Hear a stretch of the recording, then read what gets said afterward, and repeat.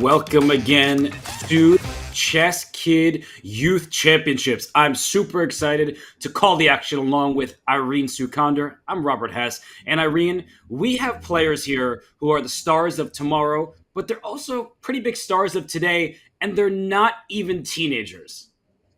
Yeah, I was actually very surprised, Robert, to see that they are still under 13. I cannot imagine, like, in the few years to come, let's say another year or a couple of years later, what strong players they're going to be. I mean, they're already very strong right now, but they're just going to be stronger and stronger.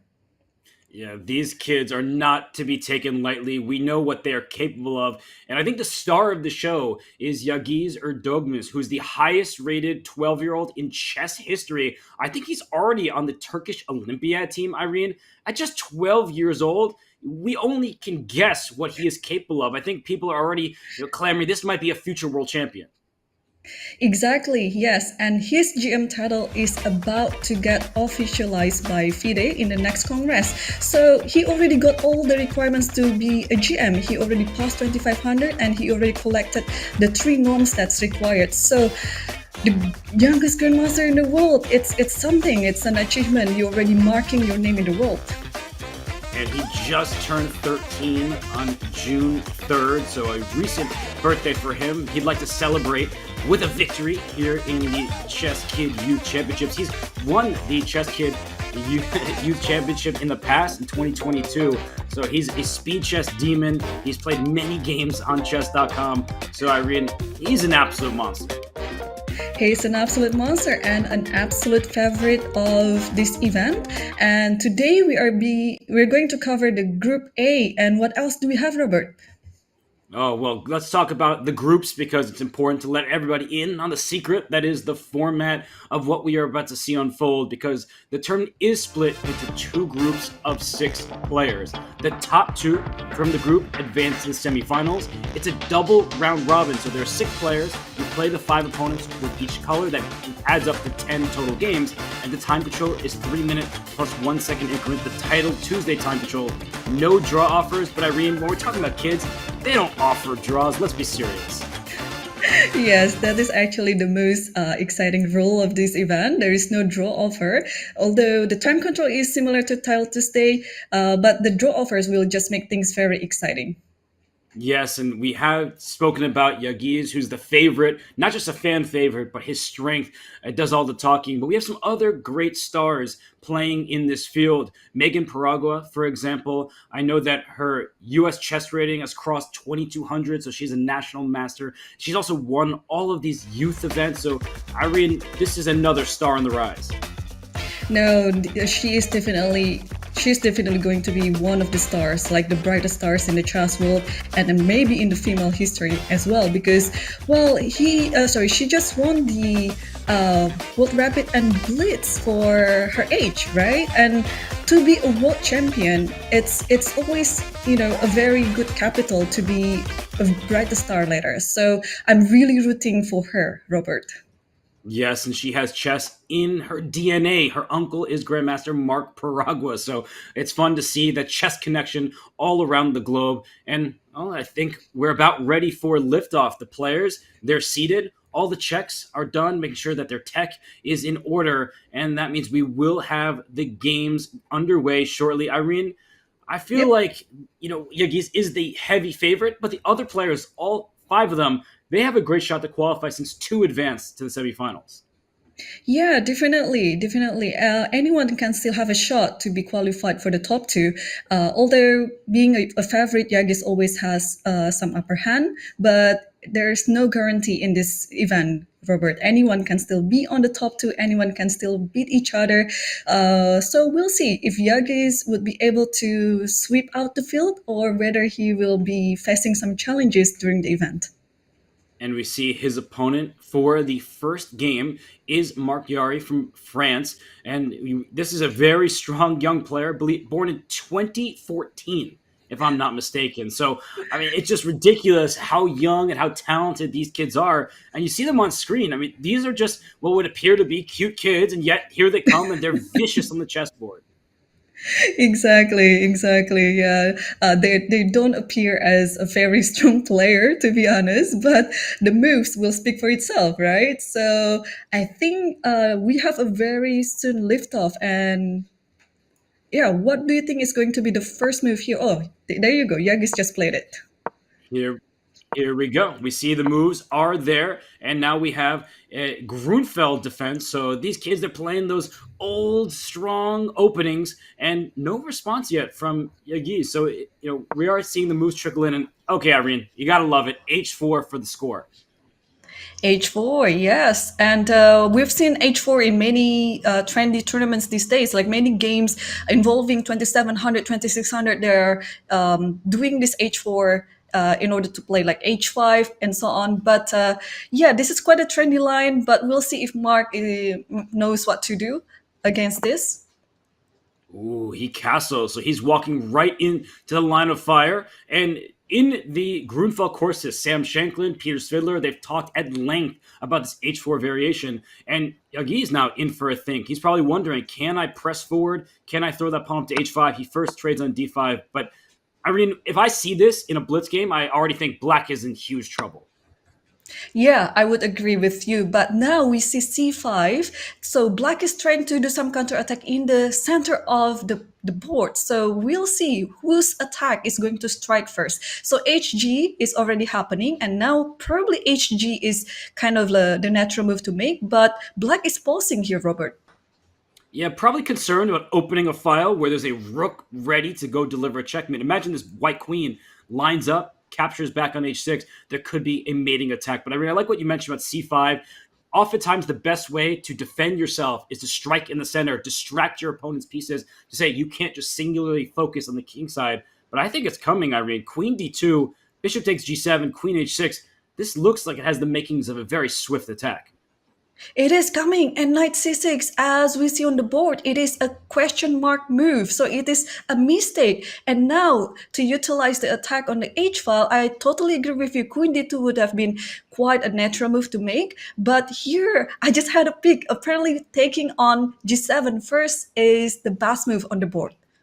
Ooh, I mean, I feel like the move order sometimes it feels the same, but then there are Yep. some differences. So you have to check the nuances, make sure you're accurate. And I think Yagiz senses he has a nearly winning position already, just 9 moves in. He wants to be accurate. And Irene, from a practical perspective, it just seems so scary for Black, who's castled right into this rook's attack.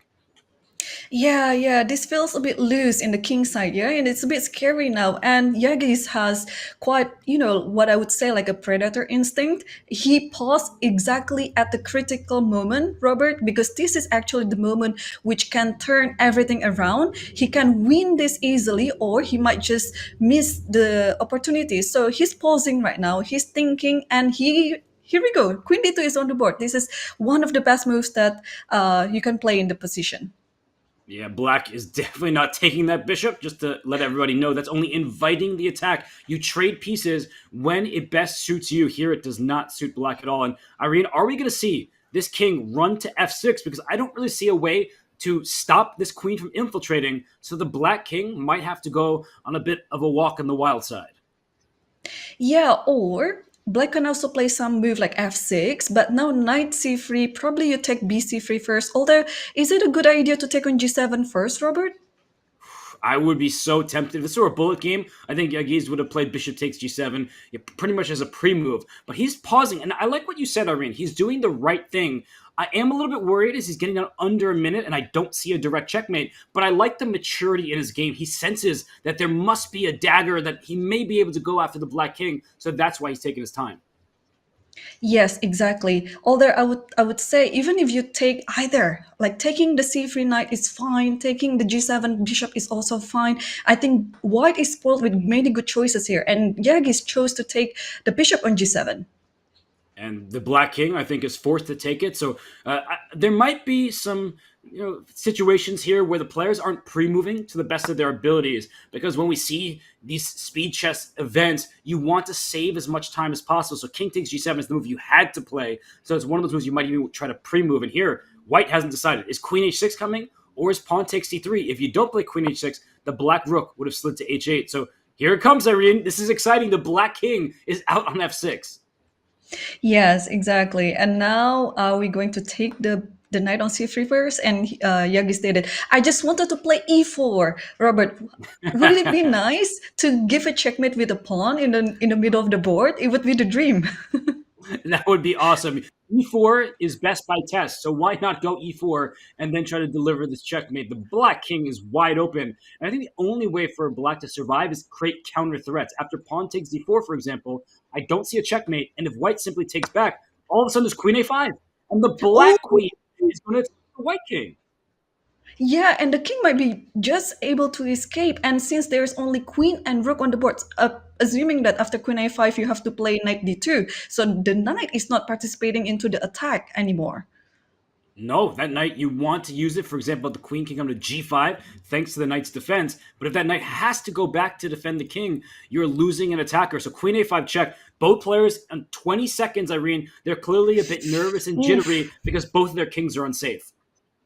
Exactly, but queen f5, oh, knight b4. Queen f5 would have been just my first move to mine. Like knight b4 now, I know that black wants to attack, but I think black is just losing the opportunity to escape the king.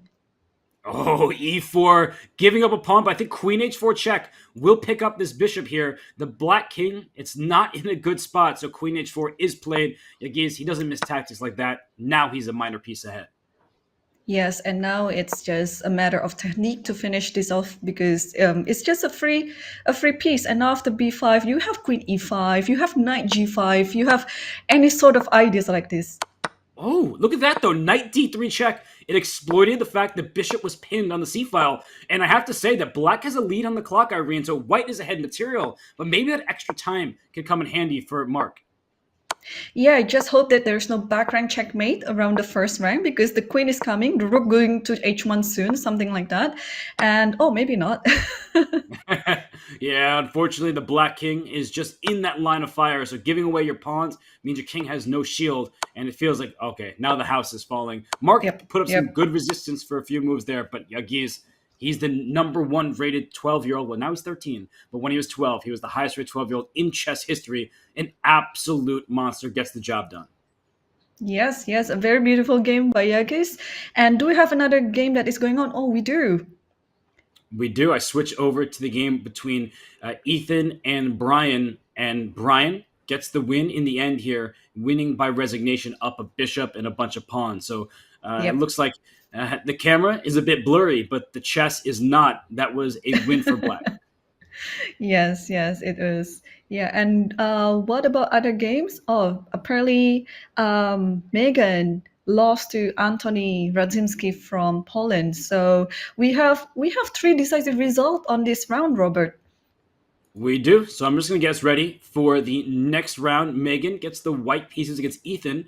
Both of these players lost their first round. And we are going to remind everybody that this is a 10-round event of the group stage. And the top two finishers move on. It's kind of like the Euros in football where the top two, but there's also a couple third place finishers make it. But Megan gets white against Ethan. And Irene, they need to get on the scoreboard because 10 rounds may seem like a decent amount, but if the other players start going on winning streaks, you won't have time to catch up.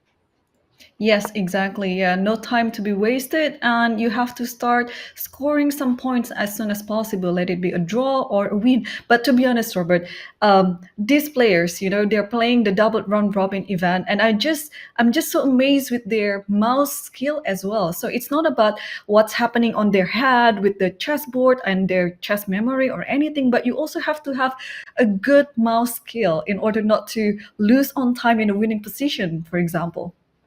And these kids are very young, so this could be one of their first events on camera. It might be a little bit uncomfortable for them, so we want to give everyone the benefit of the doubt and give them the appreciation they deserve. Because if you don't play that much blitz online, it's not very clear when you should start pre-moving, when you should make fast moves, when you should think. So when kids are growing, Irene, they're often taught to play less blitz chess because they want to focus on their strength of their moves rather than just winning on time. So I'm just trying to say that these kids, they're very, very young. Ethan Peng, I think he's 9 years old. He's just only improving as a player, as is Megan, who's won the World Rapid and Blitz events for her age.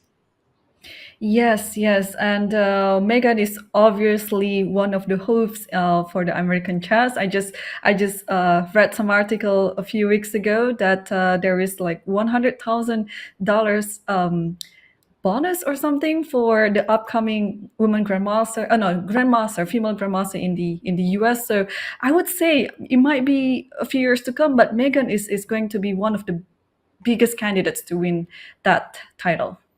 That would be awesome. I mean, I saw that award is being offered, and you can only hope and that there will be some players taking that money, 100 grand up for grabs. And here, the center was up for grabs, so Megan decides to strike, and Black's king is in the center. Irene, we're often Mhm. taught to castle quickly, but Black has also completed his development. All the minor pieces are out, and White, on the other hand, is lagging behind on the queen side. And white is lacking the light square bishop. So here, even if you delay the castle, I think it should be fine. And even if you do the short castle to g8, there is no attack on h7 yet. So I think black is waiting for the queen's exchange. So black doesn't need to castle. The king can just be safely on e7. But now queen e2 is on the board. So maybe sooner or later you have to castle. It's a good point that we often are told you castle as quickly as possible, but there's no attack. What are you going to attack this black king with? There are pawns around it, minor pieces, and the queen. So there is no attack. It is okay for Ethan to keep that king in the center. But he said, I've had enough. Robert, stop talking about castling. I've done it. Now let's move on. And, well, I think that this just looks like a French defense to me. Yeah, it looked like an Alapin before, but yeah, it's kind of like the pseudo Alapin French defense type of position. But now black just needs to improve the knight on b6 because the knight is not doing anything there. Meanwhile, the knight on d2 is going to come to e4 and probably starting to attack the king side. Oh no, Yeah, knight decides b3. Yeah, goes to the queen side. Either way, kicks that bishop back. And I wanted to point out just this little thing by Ethan. Rook F to D8. Most people move their rooks to the center files. But what would a rook on E8 do? It would stare into your own pawn. So Ethan instead suggests, I'm going to put my rook on C8. That's more of an open file, a semi-open file. I like the maturity that these players are showing. Yeah, and did you just say he's only 9 years old? And having this type of positional understanding, it's just amazing. These kids, these days, it's just unbelievable. In fact, Ethan was born in 2015. So I mentioned earlier somebody was born in, Marc was born in 2014. Ethan 2015. They're so young, but so strong. Is it one of these situations where you tell people try to play them now? Because in like 2 years, they're going to be at the highest heights like Yagiz is. And you're like, I don't want to play them anymore. They're too good.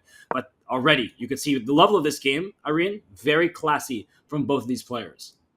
Exactly. And Megan as well. You see that the way that she opened up the position, she's not playing h3 because black has the dark square bishop, but in fact, she's just pushing g3 so that the king can be just on the light square. So the bishop cannot disturbing the king at all. Really good point. I'm just going to do this because I can. If that bishop, I can't. If I can pick it up, nope, that's my mistake. The bishop could go to d5. That g3 move would be terrible. But that's a dark square bishop stuck on that color complex. And now we're getting into an endgame. Two knights Mhm. versus knight and bishop. When you, at first glance, ignore the evaluation because it's about even, would you rather have the white or black side here? I would rather have a bishop in my endgame, so I would take black in this position. Okay. And I kind of like the knights just because the bishop's stuck on one color. I like that the knights can hop around to the light squares.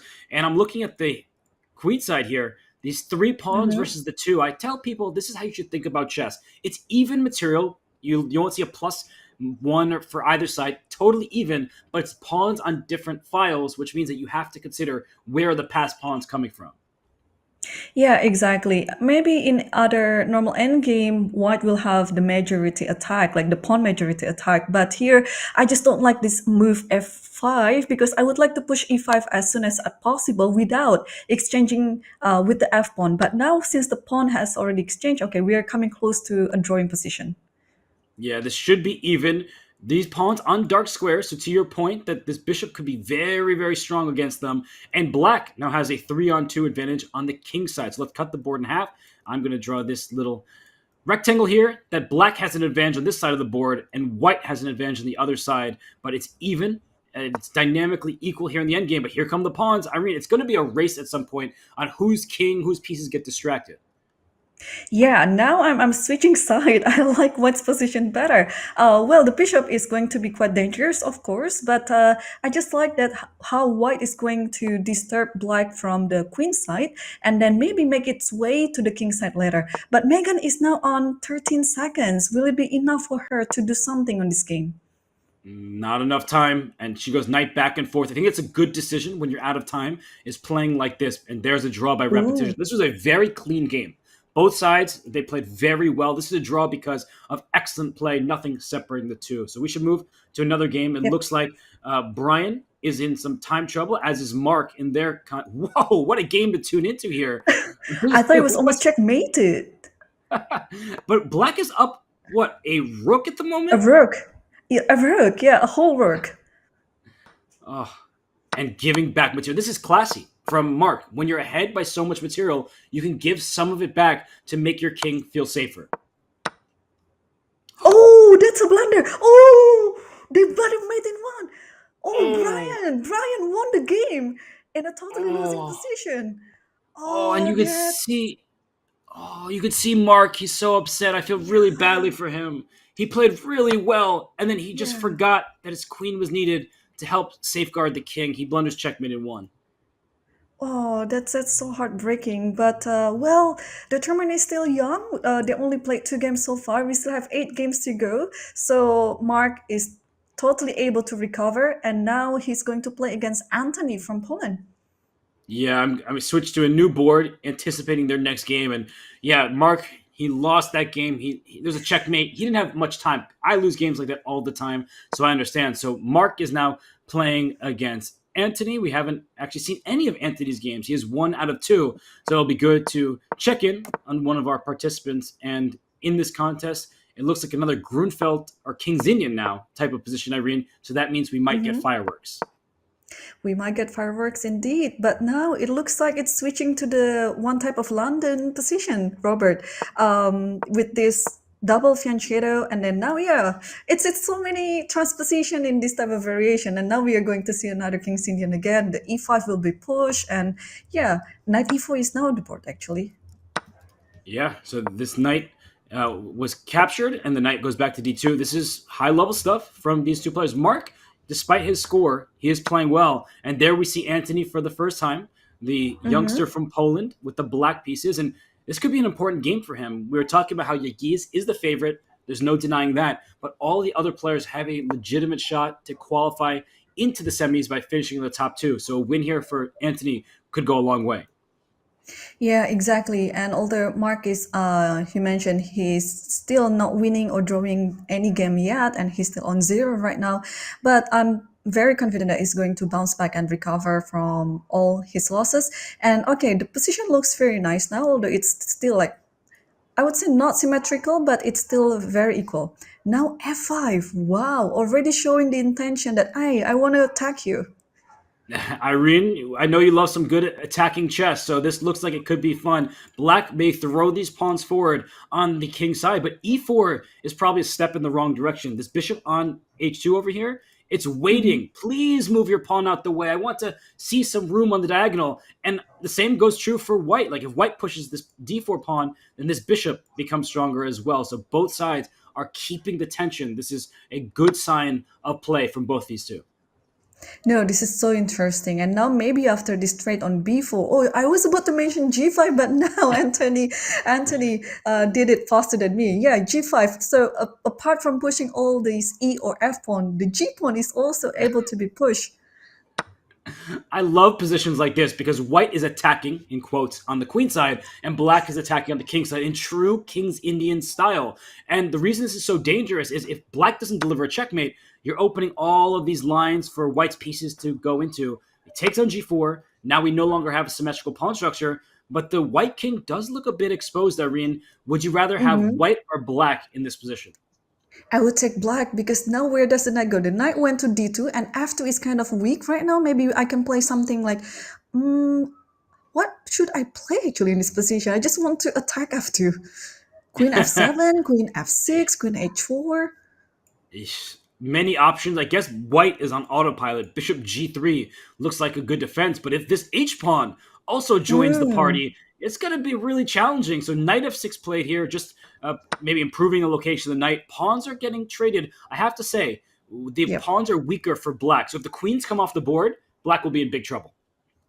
Exactly, exactly. Yeah, I think now white is kind of consolidating the position, and the only attack that black can do is to the f2 pawn, but it can easily be anticipated. So now I'm back liking white's position again because white doesn't have a permanent weakness, and it only has like some temporary target that you can just protect it anytime. But for black, the king on h8 soon going to be quite a weakness.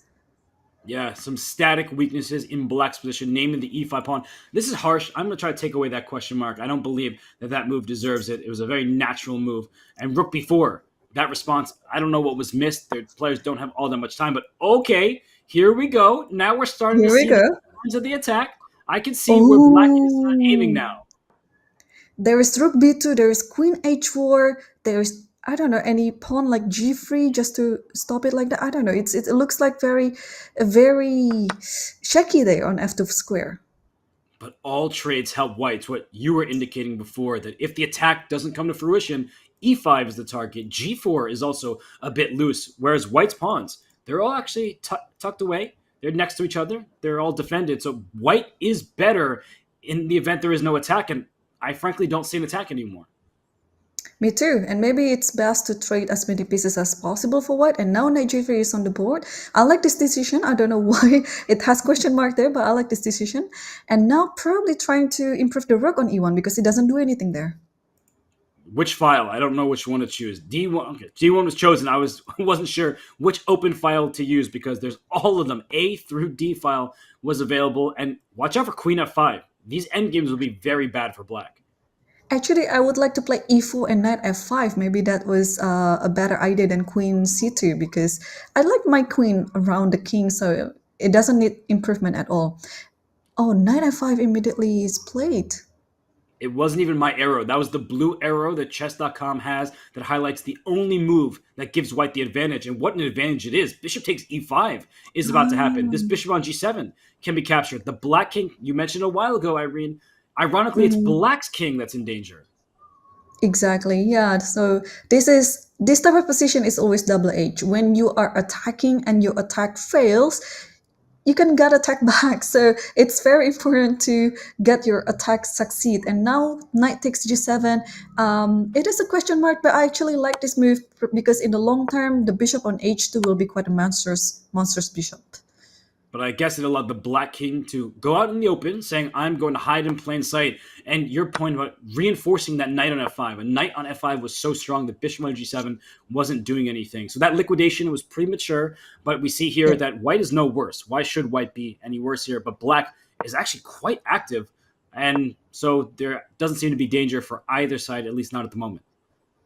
Yeah, there's a change of attitude by Mark here that I noticed that he was attacking before, but then at some point he just tried to trade everything. So probably there's some psychological effect having just 0 out of 2. What do you think, Robert?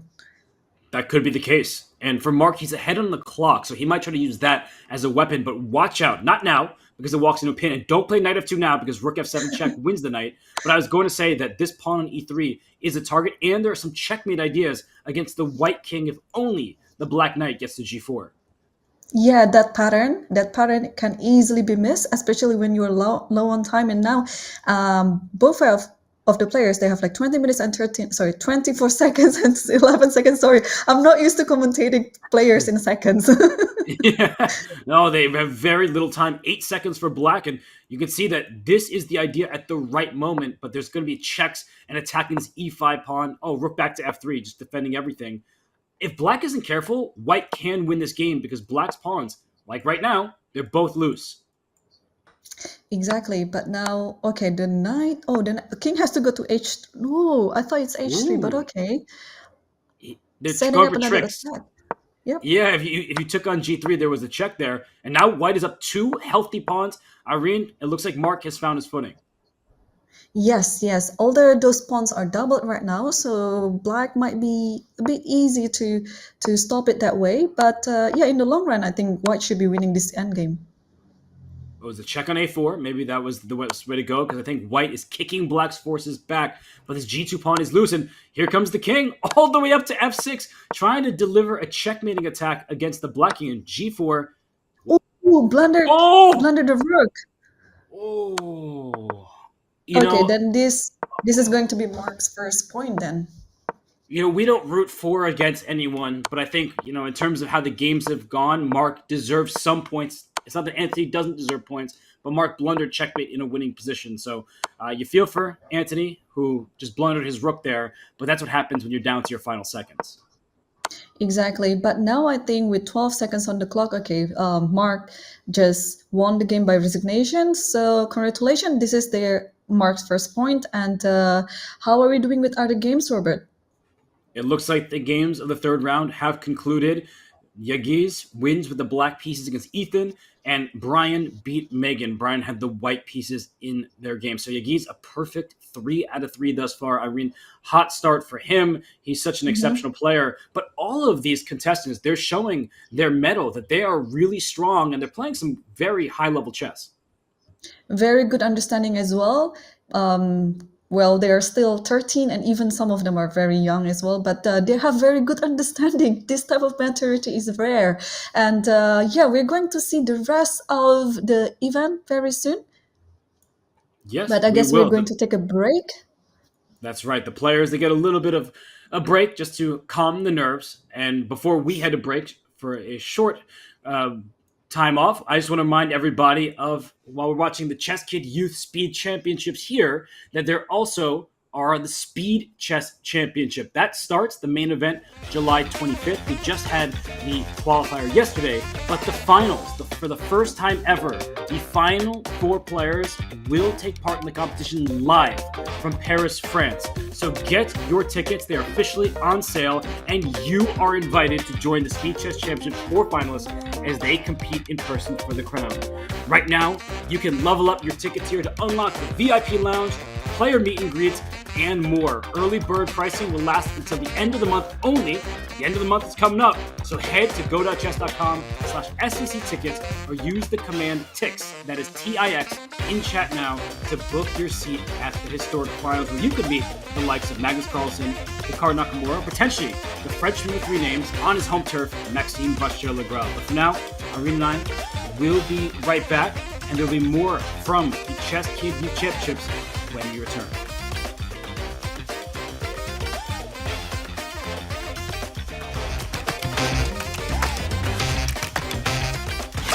ChessKid is fun. Chess is great for the brain, but it's also fun to play. And ChessKid makes it easy to have fun. Whether your child is a total beginner or a prodigy, they can hop on and find a well-matched opponent from around the world at any time. ChessKid is the safe, parent-approved way for your child to play chess online. ChessKid is educational. To kids, it feels just like playing, but chess is a great way to learn patience, strategy, and critical thinking. ChessKid features a comprehensive training program that guides kids to level up on their way to mastery. There are more than 50,000 chess puzzles and a whole library of entertaining videos that teach strategies, tactics, openings, and endgames specifically for kids. ChessKid is easy. Whether you're a parent helping your child, a coach managing dozens of kids, or a school of hundreds. Signing up is free and easy, so what are you waiting for?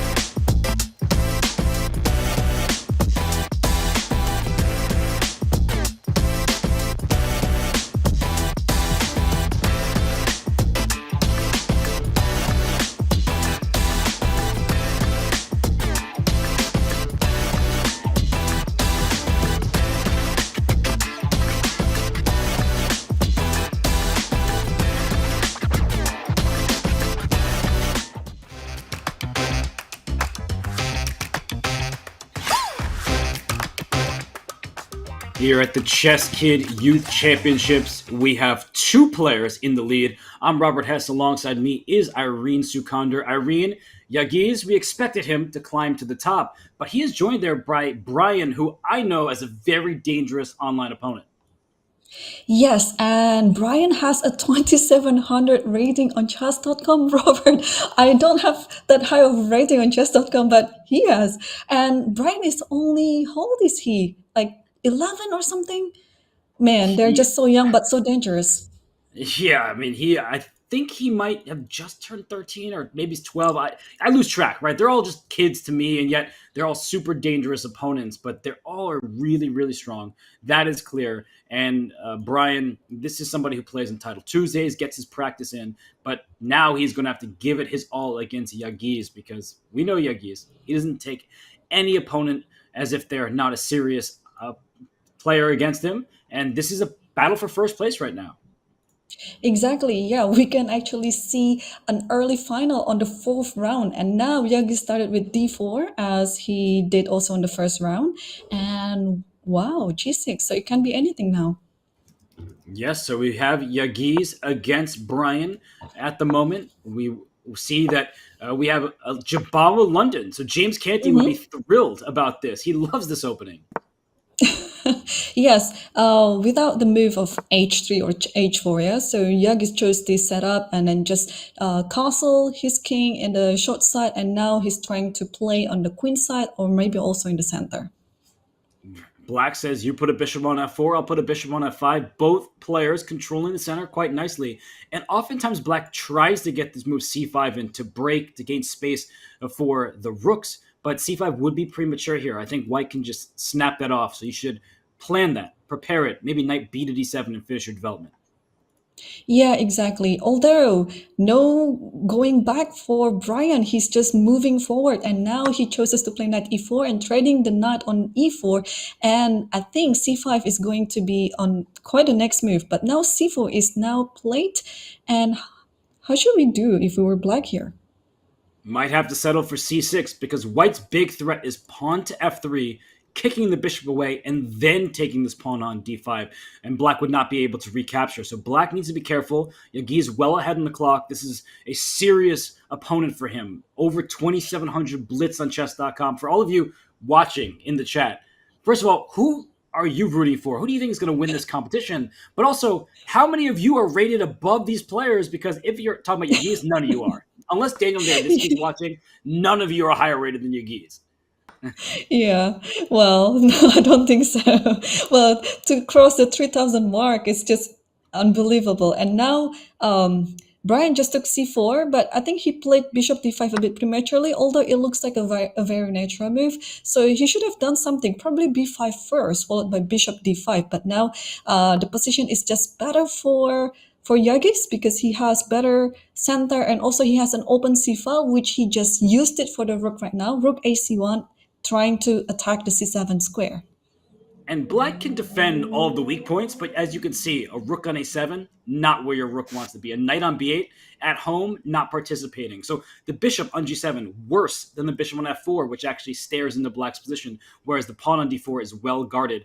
Pawn chain, as strong as its base pawn. So Black is, holding on, Irene, but I think Mickey Adams, this is like his dream position from the white side.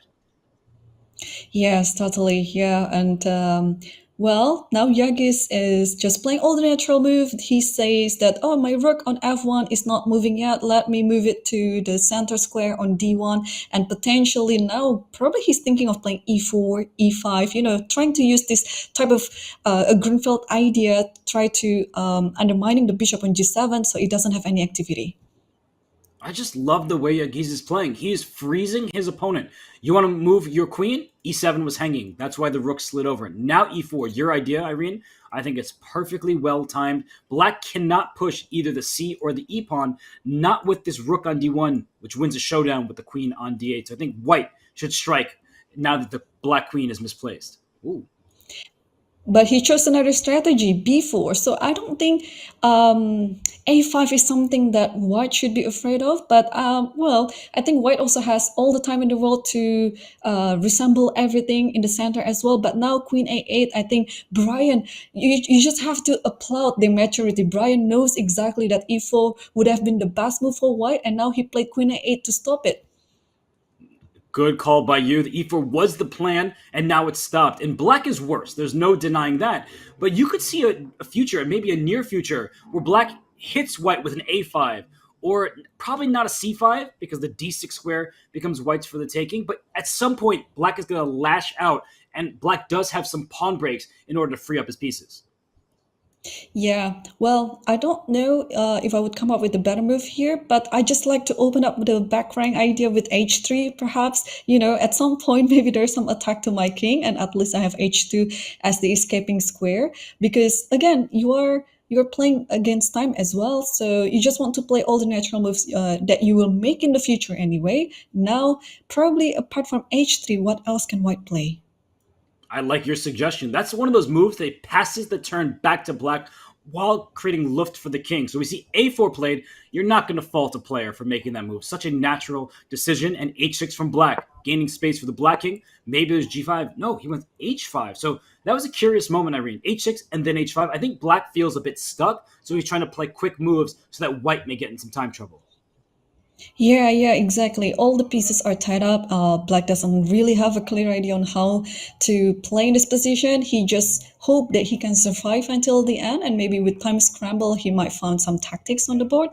And now rook c2, it's signaling that white is trying to double up the rook on the c file and then trying to attack the c7 pawn. That's the big weakness in black's position. So queen d8 says, all right, I'll bring another defender to that pawn. I don't agree with the question mark. I think that's exaggerating the case. But the c7 pawn is in big danger. White's next move could be some knight move. And actually, now maybe it's time to take on e5. But black is trying to get rid of as many pieces as possible because, Irene, there could be a future where, yes, white wins the c7 pawn. But black says, all right, take that pawn. I'm going to keep trading. And you may only be one pawn ahead. Yeah, exactly. Now knight e5 and rook d2. Okay, white is totally controlling the game right now, but I'm just trying to find any idea that I can use on the 7th rank because the queen is already eyeing to f7. Maybe now it's switching rook d7 right away. Oh, wait, rook c6. Ooh, attacking g6. Nice. And it's one of those pawns that are so easy to forget about. It's like, oh, what's rook c6 do? Is it trying to double in the c file? No, it's going after the g6 on queen g7. Is okay, blundered the pawn. Okay, You forgot about it. Yeah, the queen has to go to g7, but that's a very hard move to make, yeah, because you're just losing all the control in the center and the queen side. So now with one pawn less and a much better position for white, Yagiz Khan, I think he would be very easy to win another game now. And for Brian, that was some fantastic defense. You need to be like Hikaru Nakamura to survive the position that he had. And Brian may become a player that's at the top of the chess world. But right now, Yagiz, we just look at their ratings. Yagiz is the stronger of the two. He was able to outlast, and he continued to squeeze. A very high-level game from Yagiz, who continues to impress. Ooh, rook d7 and queen d5, and it's checkmate. And there you go. Yagiz Khan is officially leading the event alone with 4 out of 4 without any draws, without any losses. That deserves an instant replay. A queen trade was on offer, but only the king is protecting the queen. So loose pieces drop off. Take this as a lesson for those of you at home. Rook d7, a rook sacrifice. Please take my rook, because if you do, then you lose your queen on f6. So of course black doesn't want to give up a queen for just a rook. So instead we see the king go up to e6. It's given a question mark. It was completely lost, and queen d5 mate in the center of the board. Irene, that's just a lovely finish of what was a fantastic game from Yagiz. Yeah, and also we can take away one lesson here, Robert, that you have to connect your rooks. Look at what rook a7 is doing there. It's being disconnected, and therefore black is playing with one rook less, and therefore it cost him the game. It did indeed. So we are going to go to the next round. I'm picking Megan against Yagiz. Yagiz, he keeps winning. We'll see if Megan can stop him. So we have a Sicilian defense. Could be a fun battle.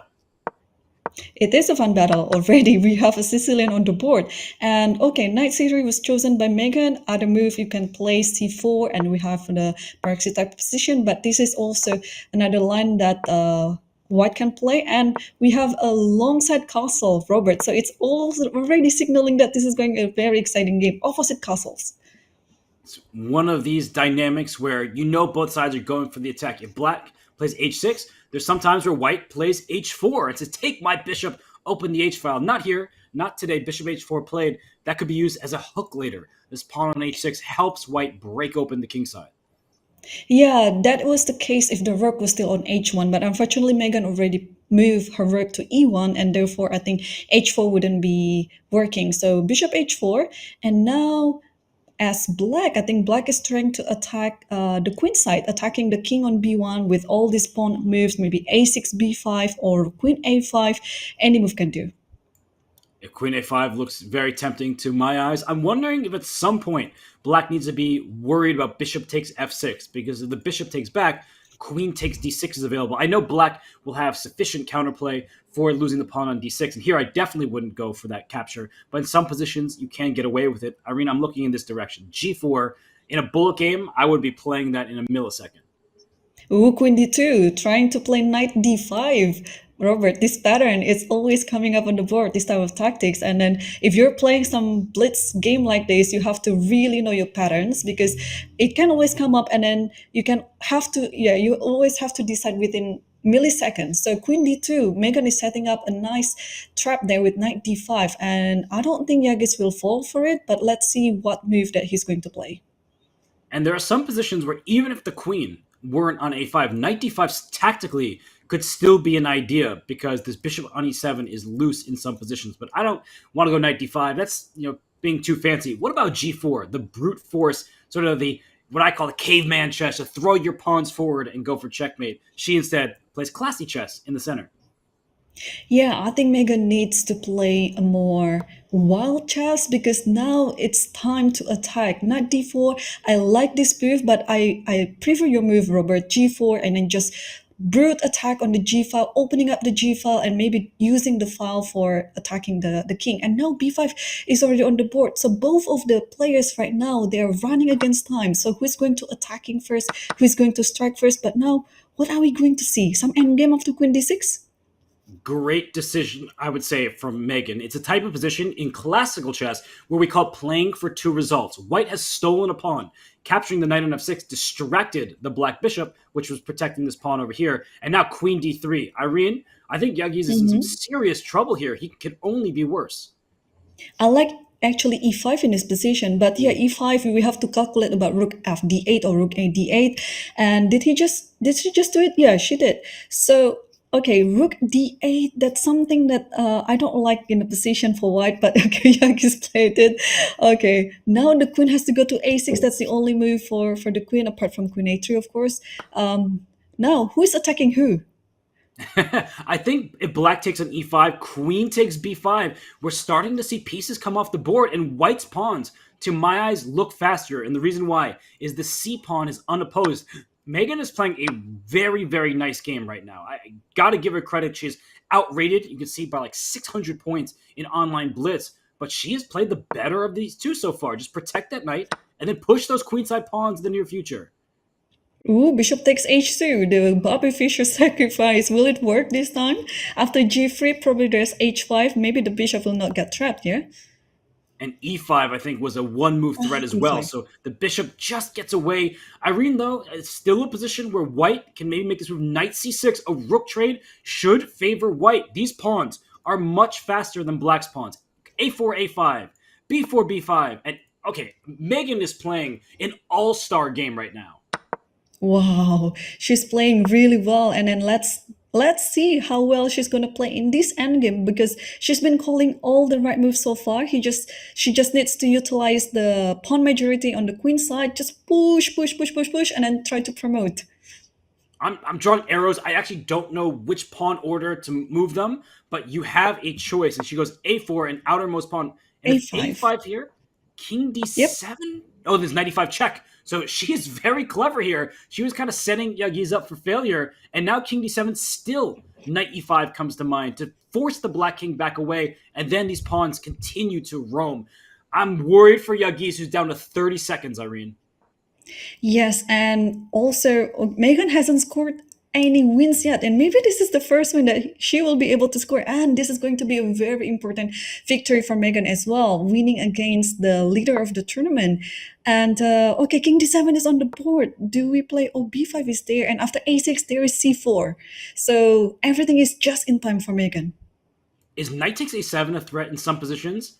I'm wondering. Probably Mm. not now because the black king is so close. But if that black king ever runs away, knight takes a7 and the white pawns go forward. G4 apparently is the move that keeps white's advantage. C4 play, which is a mistake. But I actually still think black is in trouble. I know the eval bar says in the middle, but I mean this doesn't look that easy for either side to play at this stage. No, I think that is for a reason, Robert. Maybe knight goes to d4 is necessary at some of the line to stop or to disconnect the bishop to the b6 square, because you might use this type of idea for the breakthrough later. Yeah, I think there was some patience there. G4 would have stopped this pawn in advance, and now that Mm-hmm. the pawn is advanced, we see that it can Right. go forward and try to distract white's king. So I think knight, I don't know, knight c6 might be already not threatening anything, and black's the one in charge all of a sudden. Wow, what a turnaround of events actually. Yeah, and this is it. When you're winning, you have to keep being cautious, and then when you're losing, you have to keep finding all the counter ideas. Maybe there's some attack on the other side of the board, which Yagis rightfully chose to do it, and now and now he's under control. And oh, there might be some breakthrough coming up soon with H4, G3, G2. Oh my gosh, this is scary. But look at this move, knight to e5. That's the best move. This knight may come back to d3. I could see this being a good square because you keep the black king out, and the black bishop actually doesn't have that many moves either. So there could be a Zugzwang at some point, Irene, that black could run out of squares. I'm just worried there might be some repetition now. Maybe Megan doesn't want. Oh, okay. She's taking a risk. That's good because okay, this trade will allow her to win. And now pawn game is winning. She's winning. A6. What a game Yep, from Megan Paragua. What a yep, fantastic that's it. game. Like, seriously, she was half out of four at that point. Yagiz was 4 out of 4, and she dominated that game. Like, seriously, that was amazing chess from her. She was so heavily outrated. Yagiz, I mean, he's a superstar, but Megan, Irene, that was a real showing by her. Yeah, I believe this victory will boost her confidence for the rest of the tournament, Robert, because this is her first win, a very important win against the tournament leader, and she's going to play against Anthony on the next round. And uh, what do we have? Oh, Brian lost again. It looks like Brian did lose. He lost to Anthony, actually. So maybe for the next round, we'll stay with Megan against Anthony. We'll see if she can keep going, keep climbing Mm-hmm. in the leaderboard. And for Megan here, we have another Sicilian. So she has happy memories of this opening. Yeah, Sicilian. And now I think we're going to see Queen D4. Yeah, she's been playing this Queen D4 idea with Bishop B5. And yeah, it's always good to repeat the way for another victory because she's been playing this variation before. And this could be a similar situation as a round ago that she just beat Yagiz with this very opening. A very quick queenside castle. White is ahead in Mm-hmm. development. Black has the bishop pair. But it seems like Megan has a great understanding of the nuances of this opening. Yeah, exactly. And I thought White was limited to only the kingside attack with H4 and so on, but Megan has proven to be quite very well versed in this type of variation. And yeah, we're actually seeing the copycat of the previous round. But the pawn isn't on h6, so that's one difference. But I don't think that actually Yeah. played that big of a role. The key was that White took on f6 at the right moment and took this d6 pawn. So Megan, she really likes these positions, and I don't think it's that familiar to the players because you don't see this queen takes d4 line. I played it as a child, so I actually really love this opening from the white side, but you don't see it that often, at least not at the highest levels. Okay, so now Anthony just played rook fc8 and Megan didn't play her knight d5. I'm curious why. There is king f8, I know, but I think in the resulting position, things are going to be better for white, I thought. It probably is a very nice endgame for the white side, but she's saying there's no Mm-hmm. b5 available at the moment. f4 is now going to be played, and e5, and white could crash through very quickly. So black needs to be careful. Anthony down on the clock, and he doesn't have as clear a plan as Megan does. Yeah, exactly. Yeah, now this decision with the well, h3 is already on the board. So what should we do? We play with bishop h4 or take on f6? I don't think f6 is a great move. So maybe just bishop h4, yeah? I'm also wondering, can I do it? It's not my piece. Can I Oh, sacrifice it? It's probably not very good for white, but I'm just trying to rip open the black king. Your bishop takes f6 move, by the way. That looks very promising because you can then play knight d5 and get into a better endgame for white. yes, yes, that's a good idea as well. Yeah. So is Megan in the mood to play endgame, or is she in the mood of playing an attacking game? If she wants to attack, she would keep the bishop on the board, but if she's going to go to the endgame, yeah, she's gonna take f6 and knight d5. When you play endgames like she just did against Yagiz, I think we can understand why she wants to get into this position. Knight d5, the point, everyone, is the queen is attacking both directions, but then the white knight takes this bishop with check to the king, so black will not be able to steal the white queen. It's a queen trade, just done in a fancy way. And Megan, she does play knight d5. Yeah, she did it. So queen takes d2, knight takes f6, takes. Oh, queen d8. We didn't factor that move yet. I think I like it. What about you, Irene, keeping the queens on the board? Yeah, I think black has to keep the queens on the board. Yeah, just to keep the game alive, and also the end game is it's more bearable because if the queens are off the board, white is very comfortable in moving things around. And white saying, I'm going to go for the attack. This is a slow build, but now that it's here, what about g4 Ooh. and g5 and then f5 and just throw all your pawns at your opponent? Yeah, let's do it. G4, or maybe I can actually sacrifice some H4. I don't know. It looks like you have this Connect 4, and somebody probably would be happy. Like Eric Rosen, he likes to play this Connect 4 pawn. So, okay, Rook B8. And are we going to attack as black in this position? I don't see how. I don't see how, but both players missed a free pawn on f4. So there was a mistake from Megan, and then Anthony didn't. He probably trusted his opponent, so he didn't capture a free pawn. And now the pawn is defended. I mean, I don't see an attack from the black side unless you get all these moves in. It feels like a bit of a long story, but Rook d8 played first to defend this pawn, and now here comes the g pawn. So who's gonna attack who? That's the big question here. Yeah. This is just a theme that I taught my students like a week ago about the pawn storms. Like white is going to attack on the other side, and black is also going to attack on the other side, and the pawn needs to be there to advance or to break open the position. And now who's going to do it first? I don't know. I'm just enjoying the position because look at that move a4, a3, trying to set up a checkmate on b2. Also b3, forcing the queenside open because there are two pawns here. Knight d4 is a good response. It Mhm. blocked the queen's diagonal, and now e5. I don't like that decision. I think g5 was the better option to open up the black king.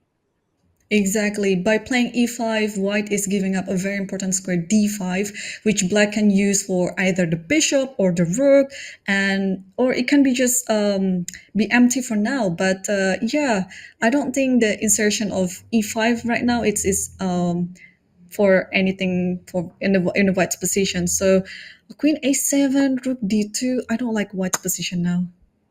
Although b3, that might have been a little early. We see that Megan only has 12 seconds. She is in time trouble. That was a pre-move. I just saw that. So she is on point with that. And now queen takes f2, rook takes f2, and no longer will white be in serious danger because the queens will be off the board. So queen a4, great move from Anthony. When you have an attack, you typically want to keep those heavy pieces. Well, be careful f7, but there's always a check there. And how do we do this?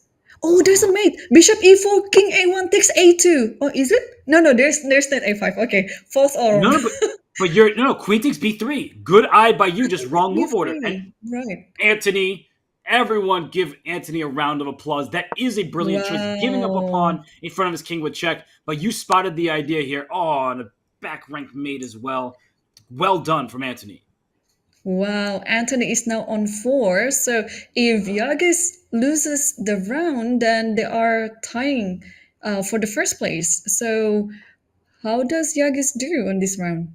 I just want to show that brilliant move very Yep. quickly. If the pawn took a queen, that looks like a blunder, except for the fact that rook a8 is checkmate in the corner. What a spot from Anthony. You asked the question about Yagiz. Let's go to his game. He's playing against Marc. So while the game is still going, we have Marc with the white pieces again. Whoa! We tuned in at the right moment. Knight takes e6, Irene. That was crazy. Well, so many things and pre. Now Queen C6 King. Okay, who's attacking who? Because white is no. This sacrifice on G6 cannot be true. Like I don't think it works. No, it looks like it shouldn't. But one thing to note, there's a bishop and an h1 square. They do not match. So if the rooks come off the board, there'll be great drawing chances for Marc. So this is why you study your endgames, everybody. Oh, I don't know about g5. That was too soon.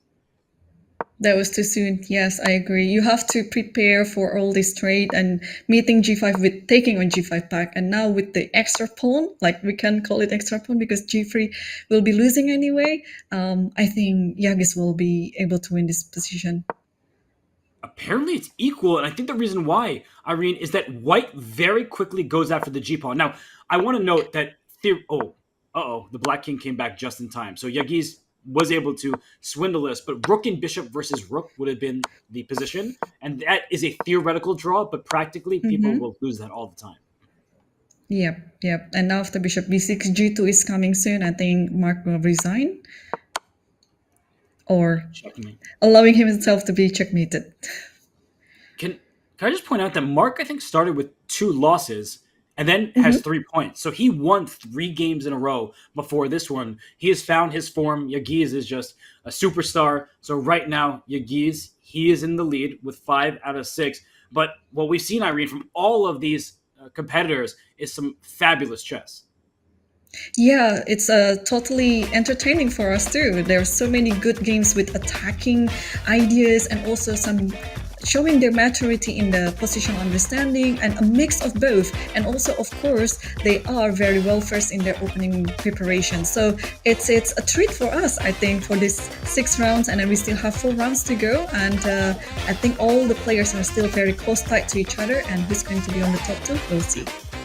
Yeah, that fight for the top 2 reminded everybody that 2 people move on to the semis. Yagiz, he seems to be doing very well and has the inside track, but Anthony and Brian right there behind him and Marc trying to catch up. So this is a break time. 6 rounds are in the books. So that means that the players get a little bit of rest. You see the cross table. I love this graphic where see the players, how they've done against one another. And this is cool to see. But for everybody watching, we are going to take a quick break, and when we return, it's more action here from the Under 13 ChessKid Youth Championships.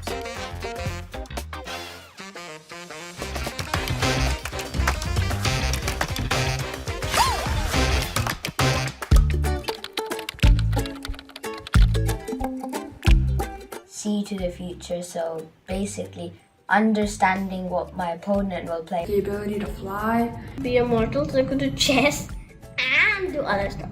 Teleportation, because like if I'm in a situation, I can just like get out of there and go to, I don't know, like a vacation. It would be the ability to time travel so I could reverse any silly blunders in my previous games. It would be having engine in my brain. Reading minds would be interesting. What would be the ability to read people's minds? I think I would much prefer cricket. Bowling, leg spinner, and cricket. I guess like ice skating, but if it's like an actual game, probably like rock, paper, scissors. I would pick the game basketball. I would play football.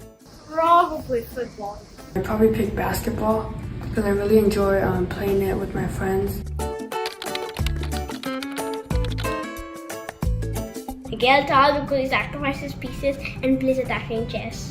Probably Magnus Carlsen. He's really unpredictable about what he's going to play. He plays all the openings. Probably like Magnus Carlsen. He's really strong, obviously, and he was proven like one of the best chess players in chess history. Garry Kasparov because he created new ideas that shaped modern chess. Probably Hikaru because he's a blitz like god and he's like really aggressive style. Mihai Tal because of his aggressive play. My favorite player is Hikaru Nakamura, and he's hilarious in his videos, and he's amazing at bullet. Magnus Carlsen, simply just because of his dominance in chess right now.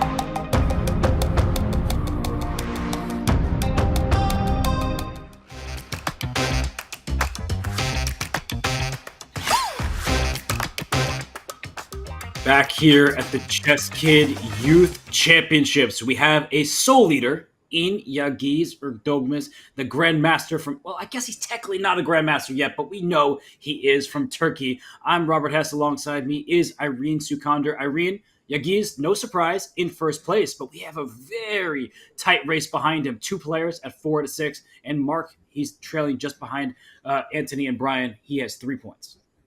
Yes, at this point, anyone can still be on the top two of the group. So although Yagiz is currently leading, but well, still 4 rounds to go, anything can still happen. That's true. And so while Yagiz, he is not running away with it, still close at the top, we're going to focus at the start on the matchup between Marc and Brian, because Marc has 3 points out of 6 games. Brian has 4 out of 6. And as we keep discussing, second place is very important because the top two qualify to the semis. Yes, and let's dive into the game, Robert. Okay, look at And Marc. we have here, what do we have here? Sorry, Irene, I was just looking at Marc and he is hovering. He looks very intense, and Brian looks very chill. He's like, okay, I'm just playing the blitz game. Yeah, exactly. Well, Mark has been off not to a good start, but he's making it up right now. And with 4 rounds to go, I'm very confident that he's going to recover and bounce back as soon as possible. And now we are seeing some sort of a King's Indian type of position.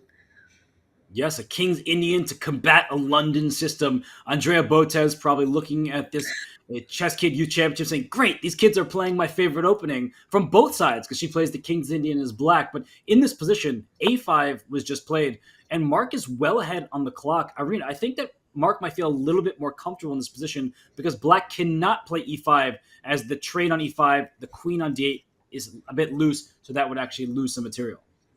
Yeah, therefore he played b6 with the idea of bishop b7, and probably Brian is learning the lesson right now. He's going to connect the rooks eventually.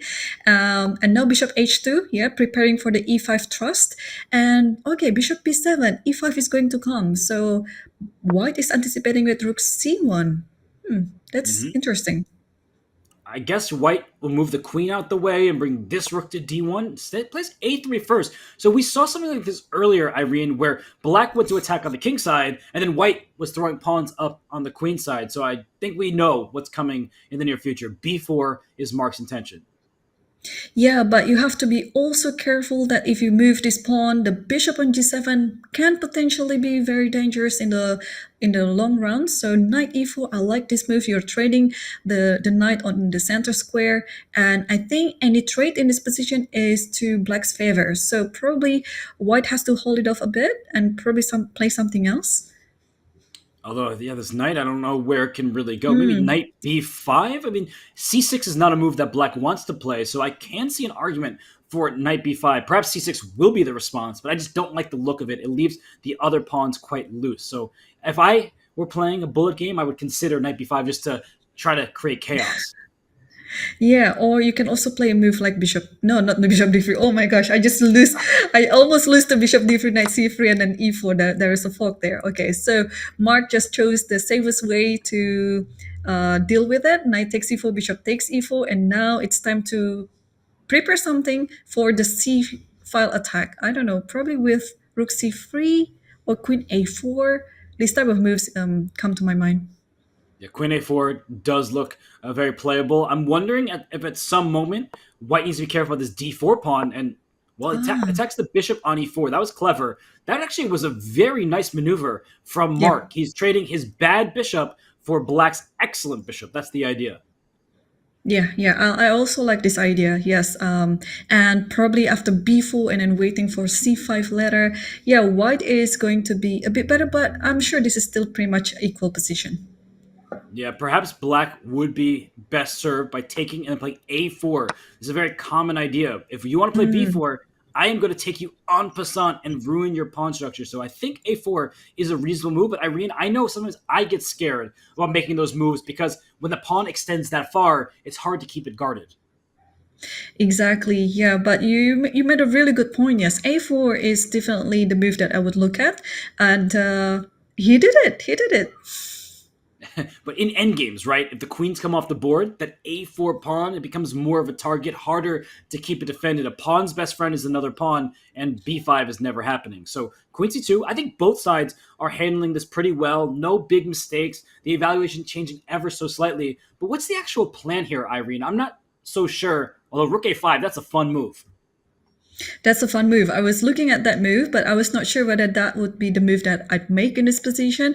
I would probably just take on d4, and then if e takes d4, then I would divert my attention to the e file, just focusing on the center.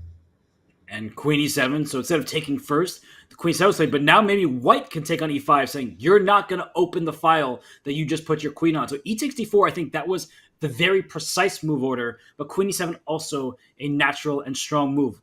Mark is down under 50 seconds. Brian has a little bit over a minute. They get 1 second bonus time with each and every move, so you can build back up on the clock. But Irene, it does feel a little bit easier to play as black right now. I totally agree with you. And also the idea of the queen e7 might be that black is pushing e4 with the idea of g5, g4. What do you think? I mean, having the rook on a5 should have its perks.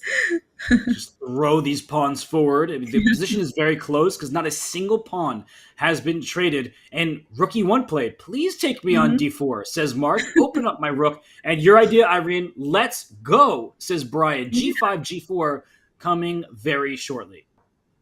Yeah, I think that's gonna be what we're going to see, Robert. And E4 is just waiting to be moved. Probably Brian is just waiting for the perfect time to do it. But I don't think. Yeah, now E4 is already on the board. H4. Wow. Whoa! Look at this. What kind of Spassky maneuver is this? Knight to b1. Let's bring the knight to c3. And remember what we were talking about earlier? This pawn on a4 becomes a target. And not just that, the knight can continue hopping around into a square like d5. I love what Mark has just done. Yeah, I think this is the right approach in dealing with such an attack because you're being attacked on the king side, you have to give some counter attack on the other side. So Queen e6, so Brian will be focusing on his attack right now. Queen e6, I think Rook g5 is the idea to try to attack on h3 move. Oh, g5, and now probably what, g4? You need to get that in, but look at White saying, I'm going to strike in the center. Knight b5 is going to put some pressure on the c7 pawn, but whoa, is he going for the d4 pawn? Excuse me, the e4 pawn. No, the a4 pawn is grabbed. Okay, now the knight is moved back. Okay, white is up a pawn right now, but whether it is enough to win the game because we see some pawn storm in the king side right now, and black equalized the material again. And what is the bishop on h2 doing?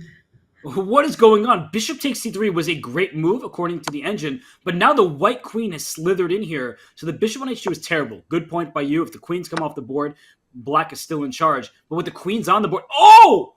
That's an amazing move! The rook on c4 is loose. You cannot unfasten that one because the rook on c4 was hanging. That's amazing.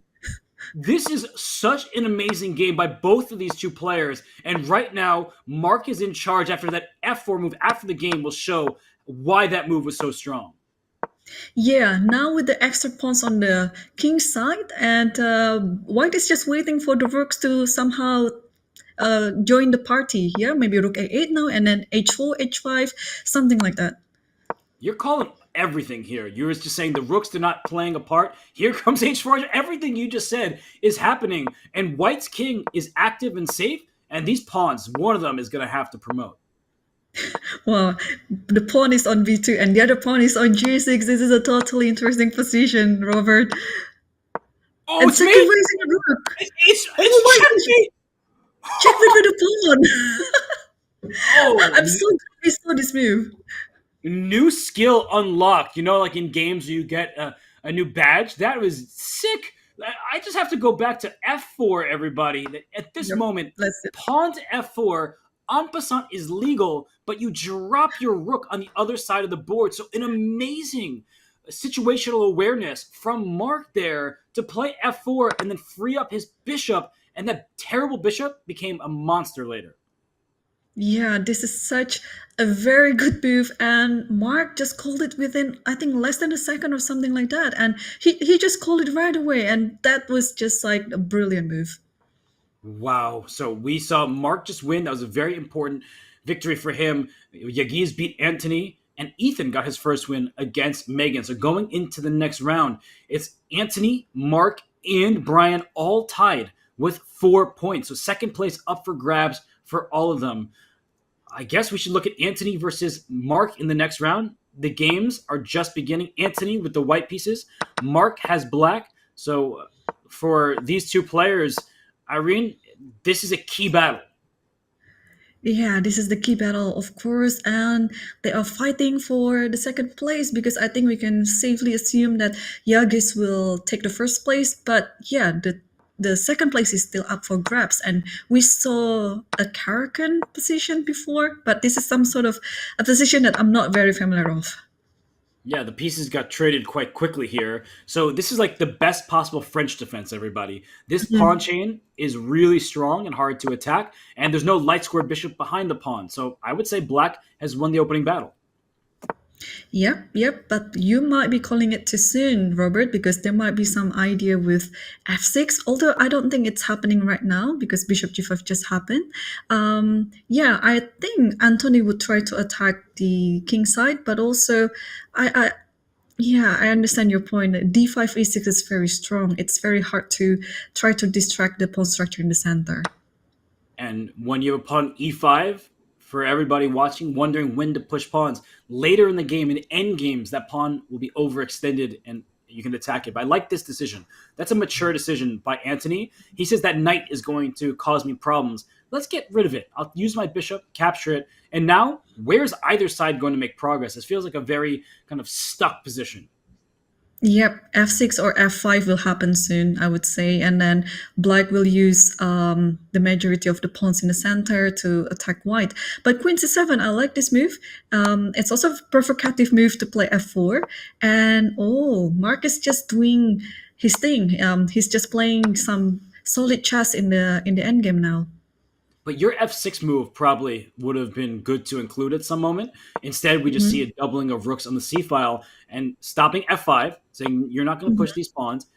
White has no pawn breaks.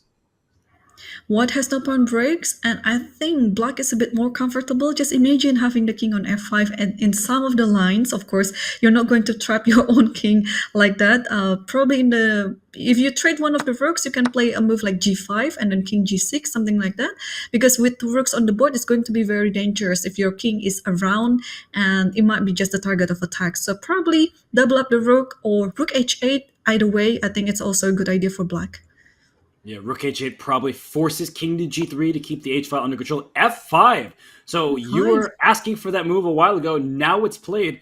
And en passant, so your g5 idea, I think later in the game, in an endgame, will be very dangerous. But for now, the d5 pawn is a little bit loose. But I like the idea of sacrificing a pawn to push in the center later.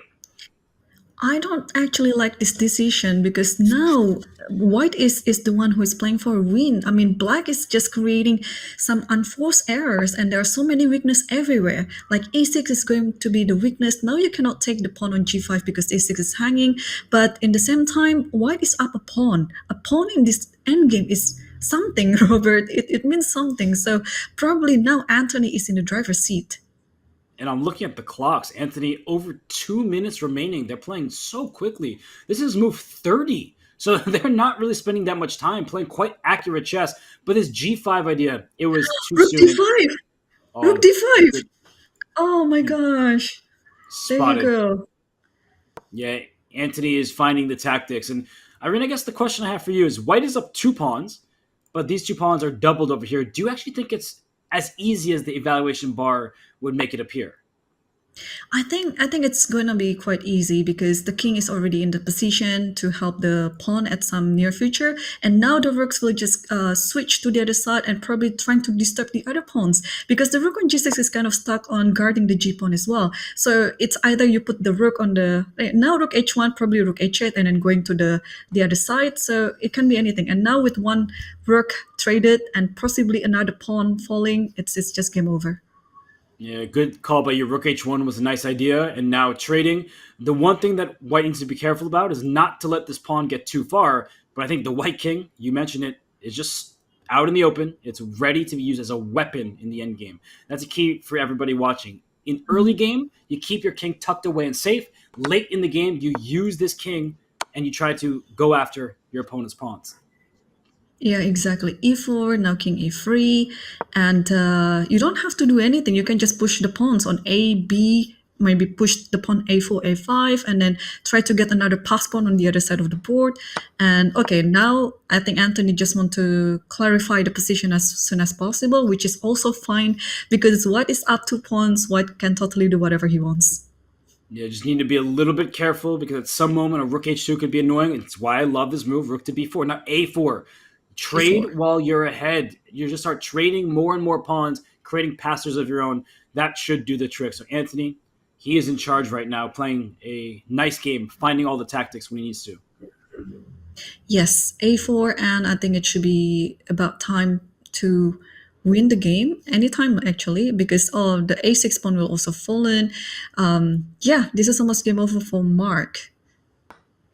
Yeah, nicely done for Anthony. He needs this win because I see that Brian has a dominant position against Megan. So if Mhm. Brian wins, Anthony will keep pace with him. And you see that Black is stuck defending these pawns. White is very active. And in many positions, you can even give up your pawn on g4 to get the king active and on over to the queen side, where eventually you're just going to push these pawns and try to promote. Yeah, yeah, yeah. White has so many ways to win this endgame for sure. You can put the rook, well, rook before now. I just try to exchange it. I think it should do the job. Or king c2, even a move like that, it's also going to win the game. So it's just a matter of taste of how Anthony is going to finish this off. I like what you're suggesting though, because then the white king can go up to b3 to a4 to a5 to go after that last pawn over here. So Anthony, he's playing your lines, everything going well for him, and bring that king. That is the way to finish off this game. Yeah, exactly. And we know that having the rook on b4 like this and protecting both of the pawns, it's just now a matter of how king is going to penetrate the position and then try to use it to also attack the only left pawn for black there on a6. So king b3, king a4, king a5, and then sooner or later you'll have the a6 pawn, and then you have these two pawns, two pass pawns, and it should be enough to win the game. So the material is still 2 pawns ahead, but now it's a clear 2 pawns. This is the right way for white to approach the position. And look at this, cutting the black king off. This is some fine technique. There are many ways to win, but I think this makes white's life the easiest.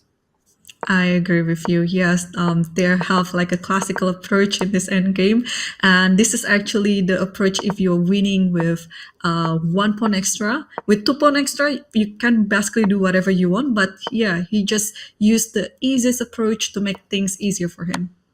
Yeah, well done. And I think that these players need to learn about the dirty tricks of bullet chess. You should have put your rook next to your opponent's rook and hope that they pre-moved, because that's the only way to Uh-huh. survive games like this. Is like you're dead lost. You know that your opponent has a lot of time, but if you start pre-moving, then you can catch your opponent. So Anthony wins. By the way, Ethan Mhm. beat Yagiz with black. So I'm going to quickly Oh, show that final position. Ethan yes, let's do that. checkmated Yagiz in that game. Wow, what a final position. Yeah, although Yagiz was leading, I noticed that this is not going to be easy last rounds for him to claim the first place. There should be some challenge coming up from the lower rated players. And Ethan, isn't Ethan the lowest scorer in the tournament Yeah. so far? I mean, before Well, he winning against Yagiz. Yeah, he also beat Megan before that, so he started poorly, but he's coming back. And now we have Brian with the white pieces against Yagi's here. So we have a Sicilian, and I was going to say that this was Brian's battling for second place, but Irene, if Brian wins this game, he's tied for first with Yagi's. Wow, and that's going to be quite important for him, yeah, to secure himself in the top two. And now we see six move h4. Have you played this six move h4 in against Najdorf, Robert? I don't think I have. I've played many different positions against all openings. I like the aggressive intentions, so maybe I should start if this is the position that you get. Yeah, this looks fun actually. This looks fun and totally playable. I was just a bit worried after h6 and then opening up the g file. But okay, Yagiz played bishop e7. He's going for the old-fashioned approach in this position. Just try to develop your pieces and let your opponent to open up the position and maybe creating a weakness along the way.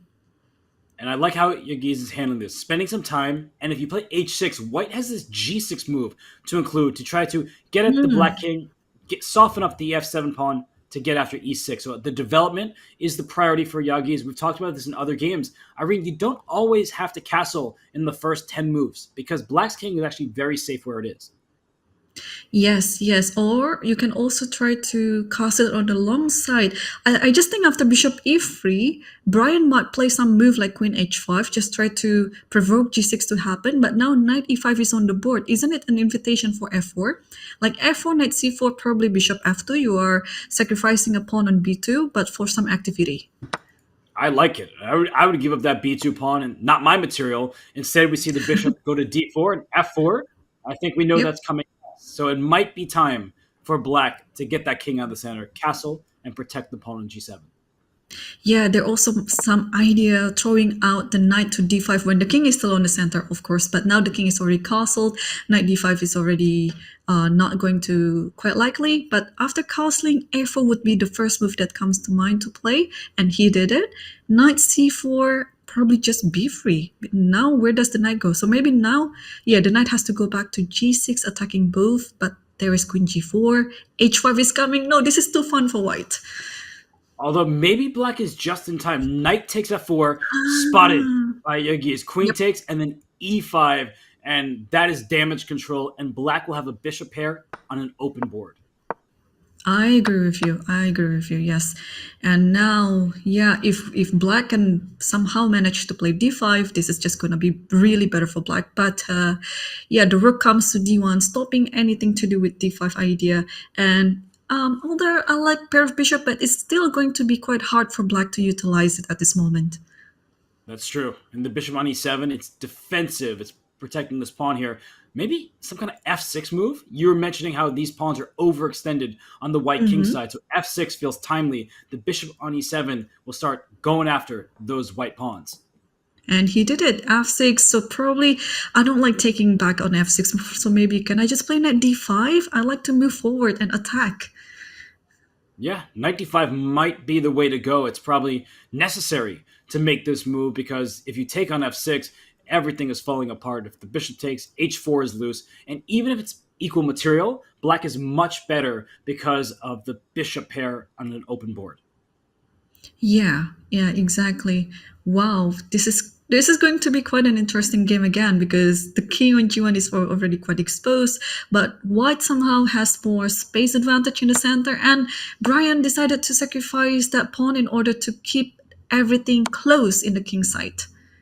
I kind of like it. I think that was a very good decision from Brian's perspective because black is up a pawn, but that bishop is kind of like a pawn right now on e7. And queen e6, I'm wondering if there's time for f5, but definitely not now. Not when your g6 pawn is hanging. Nope, maybe just play rook e5, and I think you're going to be quite safe there. Oh, rook h5. Yeah, I think that's also possible. Just going after a loose pawn on h4. Queen g4, perhaps, and I'm wondering when f5 is going to come because the h4 pawn is the target. I think if I were white, I would have played king f2, so meeting rook h4 with rook h1. Oh, that's clever. Yeah, you kind of want this pawn to go out the door because the king on h8 is in trouble. f5 looks strong to me. I don't know why that's not the right decision. That looks like a very good move. Yeah, so you take, and then you have to take with, oh, rook h4. So queen g6, and oh, there's queen b6. And the king is kind of very, very weak then.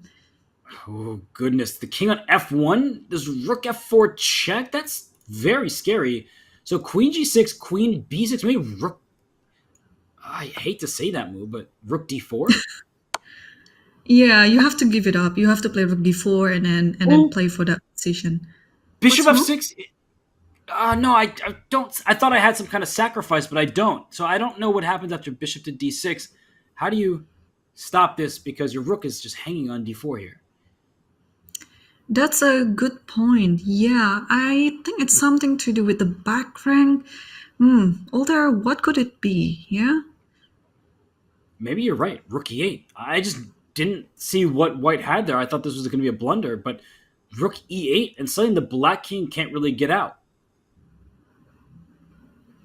Yeah, and time is running out right now, and black only has 20 seconds, white has 40 seconds, and okay, rook takes d4. I think this is a very understandable approach. You just want to clarify the position when you're low on time. So rook takes d4, and what could Brian be thinking? Check there, takes. Okay, bishop d5 is something that we have to watch out for. This was such a smart move because otherwise black would have queen h4 and the rook was hanging. So the intermezzo of, rook takes e7, but a brilliant sacrifice because of this rook h6. Oh, but there is rook e8 and it's a check. No, it's not a checkmate.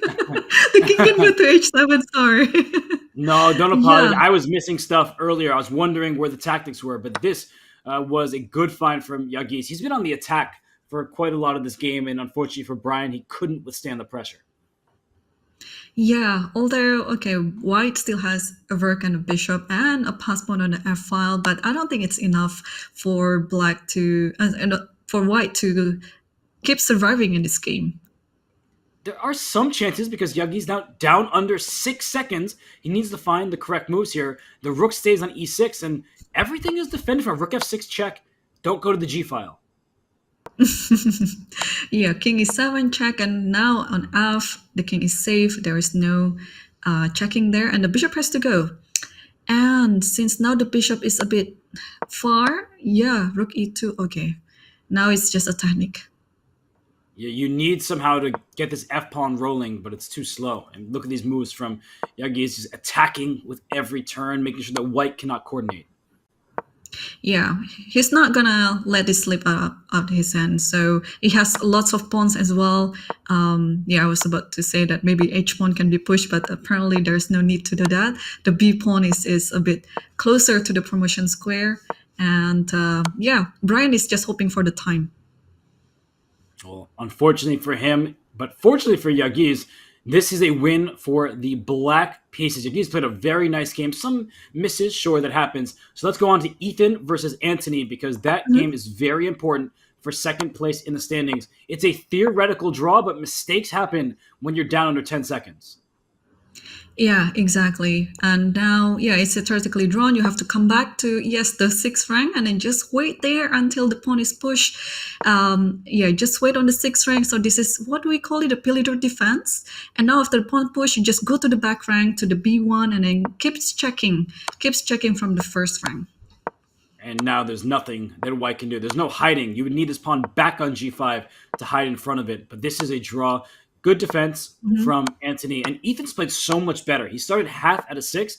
He's now 2.5 after this draw out of his last 3 games. So something has changed. He's found his rhythm a little bit too late. But Ethan, he's so young, and he is very strong, and he makes the draw against Anthony. Yes, and coming to the last round, Robert, what is the standing so far? I know Yagiz is leading. Who is on the 2nd place? Well, Yagiz, he is in 1st place. Anthony in 2nd with 5.5. And then both Marc and Brian have 5 points.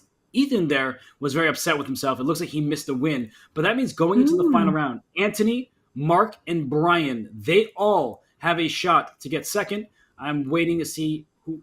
Oh, games are underway. So let's go to Anthony against Brian.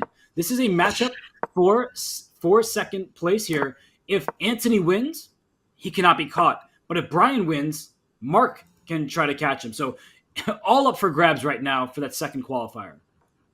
I cannot believe you're entering the last round. I just started to have fun. I mean, this is too entertaining for me from the 1st round. And are we really on the last round, Robert? Really?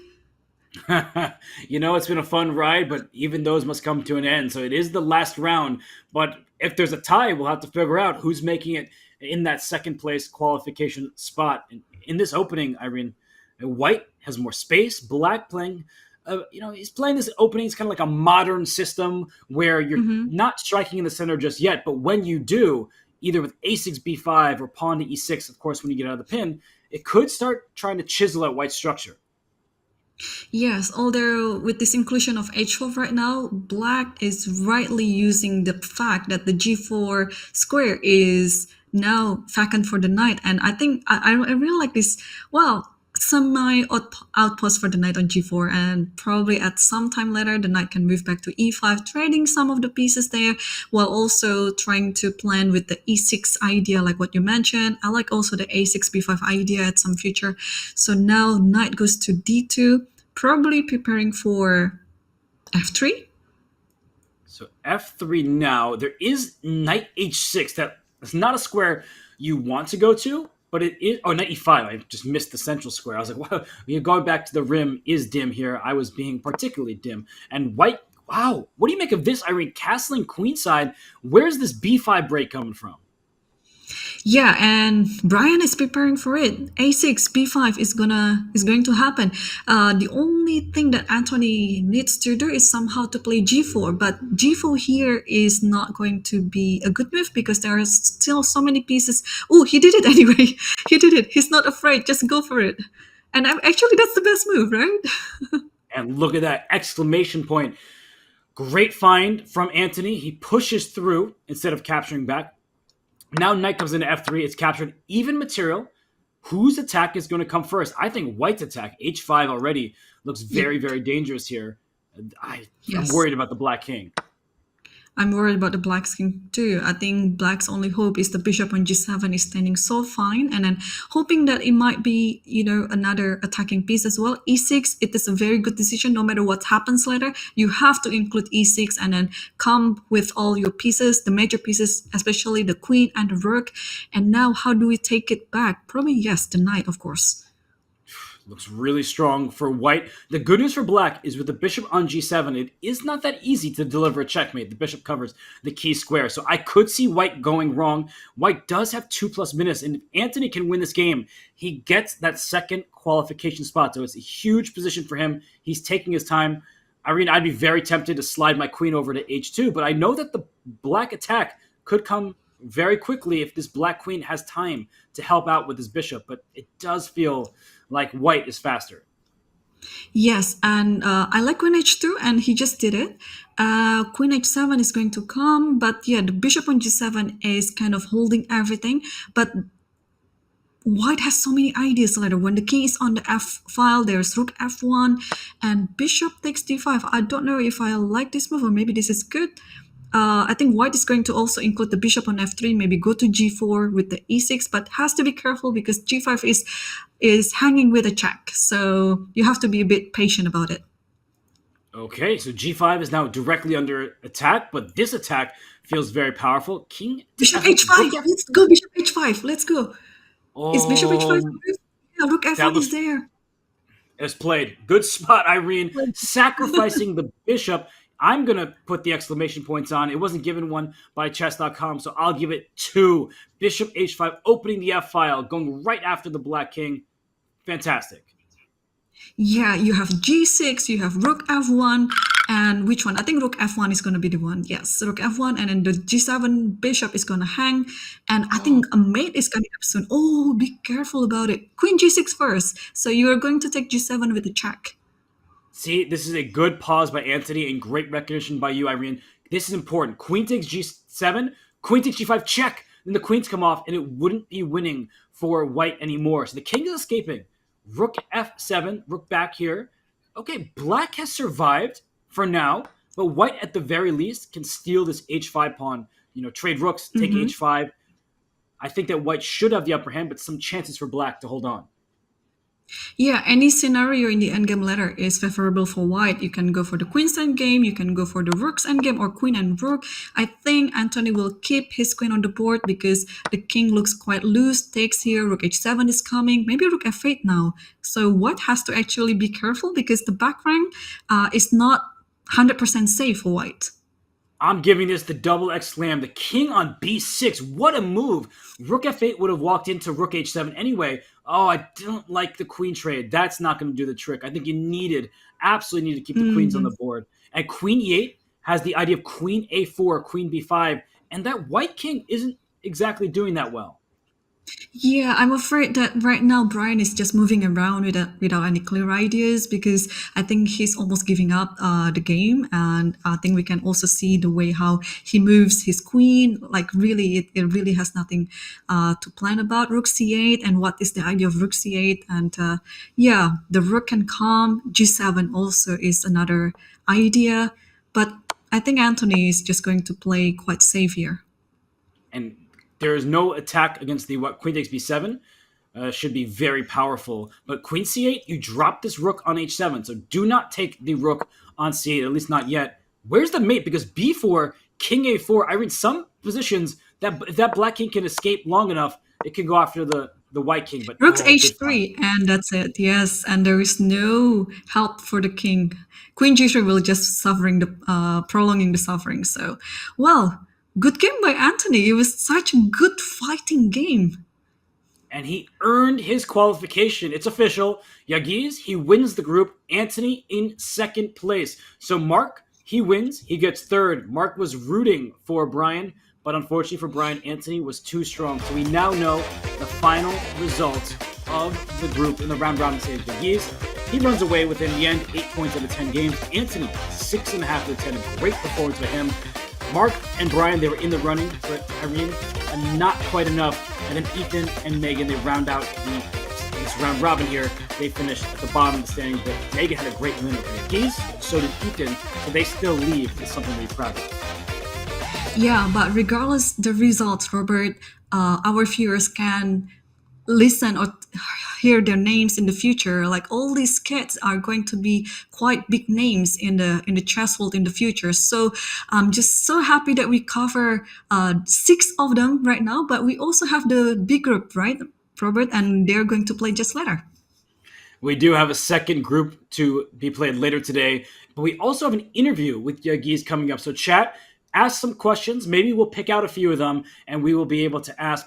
This is Grandmaster Yagiz Erdoğan, just turned 13, and yet is one of the highest-rated players in the world. And speaking of the highest-rated players and Blitz Chess, the Speed Chess Championship, it's starting soon. We just had the qualifier yesterday, but the finals will be live in Paris, and tickets, they are for sale.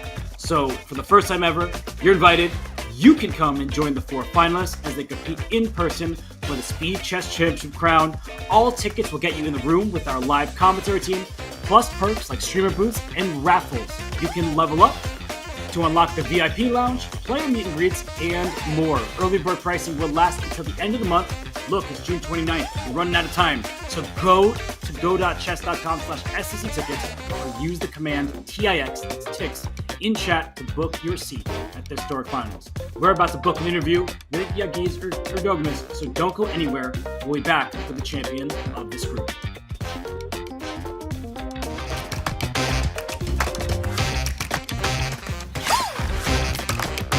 Introducing Chess Events by Chess.com, the brand new app that helps you stay up to date with the latest tournaments and results of the most important games. Get breaking news, tournament updates, live stream coverage, results of your favorite players, or a specific matchup you're excited for. Never again miss a tournament's final outcome, a critical moment, or news recaps by the world's top chess journalists. Chess Events makes it easier than ever to bring the chess world to you. Download the app today.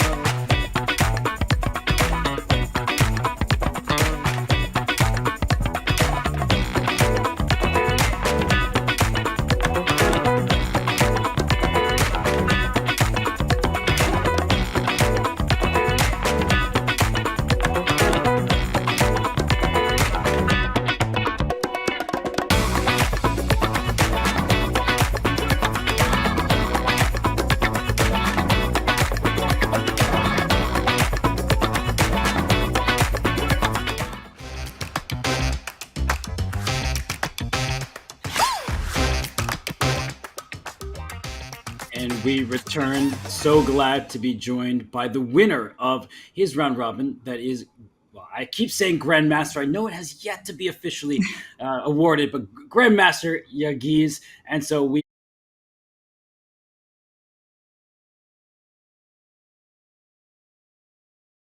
First of all, congratulations on winning. How was this tournament for you today? Bu turnuva seni tebrik ederiz kazandığın için. Bu turnuva bugün senin için nasıldı? Çok zor turnuvaydı. Rakiplerim çok güçlüydü. He said that it was too hard.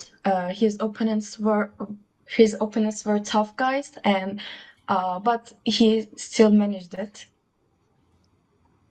Yeah, so it was quite entertaining and also very instructive games that you did today, Yagiz. I'm so impressed.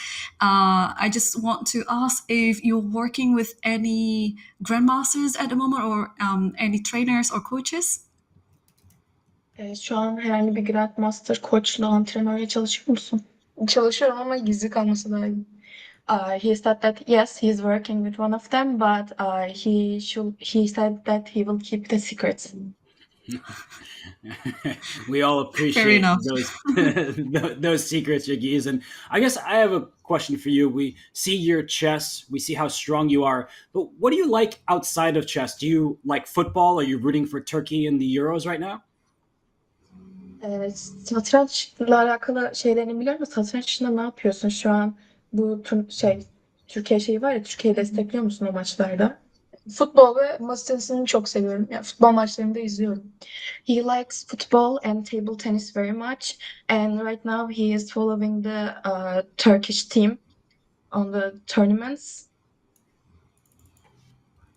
Right, yeah, the Euro 2024 is still ongoing, yeah. I'm not a big fan of football myself, but I'm a very big fan of table tennis. So probably in some near future, later, Yagiz, let's banter, but not chess, because I'm so afraid of you.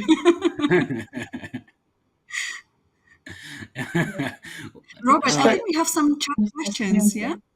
Yeah, we definitely do. The first one is from Toth Kinsko, who says, congratulations on getting the GM title. What are your next goals in chess? Any big tournaments in the near future? GM normunu aldığın için, GM şeyini aldığın için tebrikler. Gelecekte satrançla alakalı büyük hedeflerin var mı veya katılmayı planladığın büyük bir turnuva var mı? Var tabii ki, dünya şampiyonu olmak istiyorum. Yes, he wants to be a world champion at chess. And then any tournaments in the coming up months? Gelen böyle yakın bir turnuva var mı? Türkiye Ligi şu an en yakın. Turkish League. Oh, the Turkish The League, yeah. I see. Well, good luck for those. And I also have another question from one of our chats, from Mani Fadipe. And the question is, do you think you can beat Alireza's 2700 record? Because, well, you already beaten the record of being the youngest grandmaster soon. And what about the 2700 record? Robert, please remind me, what age was Alireza getting the 2700 mark? Ooh, I don't actually remember, but he was quite young. So I guess He's quite young. For Yagiz, I guess part of the question is that in your line of sight? Do you focus on rating, or how do you approach the tournaments that you play in? Şimdi 2030'u geçebileceğini düşünüyor musun? Ve hani ratinge odaklanıyorsun turnuvalara girdiğinde, yoksa başka bir şey mi? Ratinge ve şampiyon olmaya odaklanıyorum ve 2700'ü geçebileceğimi de düşünüyorum. He's focusing on the rating thing. I'm sorry, I don't know much about the chess things, but he thinks that ne demiştim? Evet, şampiyon olmak istiyorum ve puanımı arttırmak istiyorum. He thinks that he will be champion. That's one of the things that he's focusing on when he's on the tournaments. I love the aspirations, and well, I guess a question for you is: will you be playing at the? Oops, sorry. Go ahead. Sorry. He also thinks that he will beat his own records on the rating. Nice. I like the confidence. And I was going to ask if Yagiz will be playing at the Olympiad later this year. Is he on the Turkish national team to take place at the Olympiad in Budapest in September? Eylül'de Budapeşte de bir tane turnuva olacakmış. Ona katılacak mısın? Şu an bilmiyorum. He doesn't know it yet. Well, I'm rooting that you'll be a part of the national team because it's going to be quite exciting to see you taking part in your first Olympiad.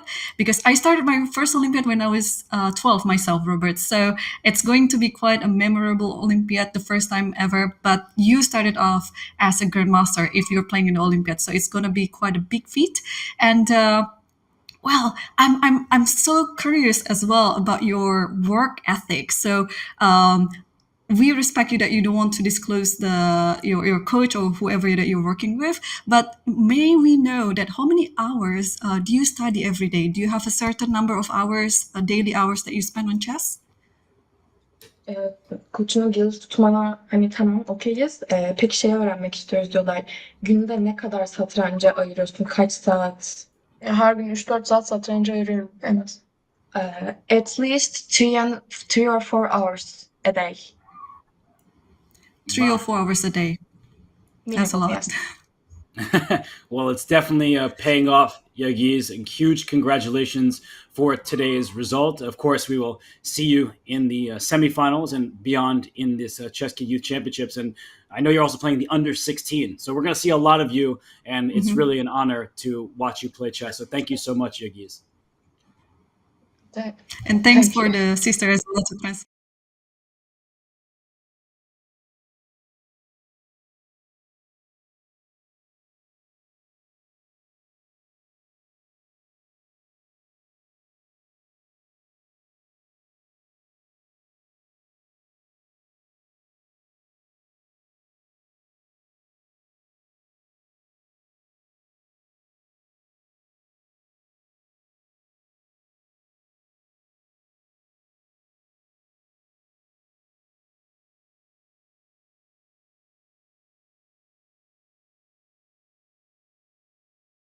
Players in the Turkish football team. Maybe Yagiz can play chess with them sometime. Yeah, and it's also very important to like other sports other than chess, because chess can be quite a small world, Robert, and you have to have other interests as well. So it's good that he's living his age, actually, because I was a bit worried that he's only stuck or limited only to chess, but he has other interests, so it's a good thing. Yeah, it's good to be well-rounded. I think it actually helps chess players thrive in that setting as well. You need outlets, as does everybody. But right now, Yagiz, he's one of the stars of the chess world. There's no question about that. He went 8 out of 10 today, and honestly, I think he lost rating points. So he's that strong. He was over 3,000 rated on Chess.com, and now he's made his way through to the semifinal. So Irene, there's going to be another show later. Danya and Jules Gambit, they have the call for it. But how would you summarize what we saw today? How impressed were you with the players?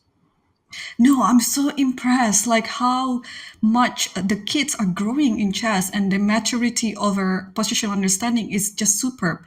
Well, I'm not going to be surprised if these kids are very good at tactics, because it's very natural for them to be really good at calculating stuff and playing the tactical games. But to see them with my own eyes, like how good they are with positional understanding, it's impressing a lot.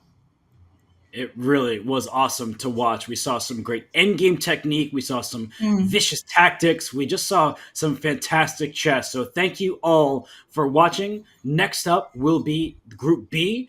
Some fantastic names in there. We've got a tutor, not one of the Monarch, but the chess player, a tutor. And we also have Aaron Mendez, amongst others. So it's going to be an awesome clash. Stay tuned for that later today. But for now, Irene and I say goodbye. Thank you so much for watching. This has been the ChessKid Youth Championships Group A round robin. The next round robin, will commence later. So thank you so much. We'll see you soon, everybody.